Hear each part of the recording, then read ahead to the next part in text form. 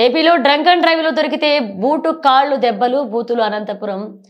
పట్టణం tower clock కూడల్లో AP వ్యాప్తంగా high court ఆదేశాలతో రంగంలోకి ఏపీ పోలీసులు ఏ జిల్లాలో చూసినా హెల్మెట్ ఖచ్చితం మరియు విస్తృతంగా వాహనాల తనిఖీలు అనంతపురం పట్టణంలో శుక్రవారం సాయంకాలం టవర్ క్లాక్ కూడల్లో రెచ్చిపోయారు ట్రాఫిక్ పోలీసులు డ్రంక్ అండ్ డ్రైవ్ నిర్వహిస్తుండగా మాట పెరిగి డ్రైవ్ లో పట్టుబడ్డ వ్యక్తిపై అనంతపురం ట్రాఫిక్ పోలీసులు దాడి చేశారు టవర్ క్లాక్ కూడల్లో అందరి ముందే డ్రంక్ అండ్ డ్రైవ్ లో దొరికిన ఓ వ్యక్తిపై చేయి చేసుకుని బూటు కాళ్లతో తంతు బూతులు తిడుతూ దాడి చేశారు మఫ్టీలో ట్రాఫిక్ పోలీసుల వాహనాల తనిఖీలు నిర్వహిస్తూ డ్రంక్ అండ్ డ్రైవ్ లో దొరికిన వ్యక్తి కొట్టడానికి పోటీపడ్డ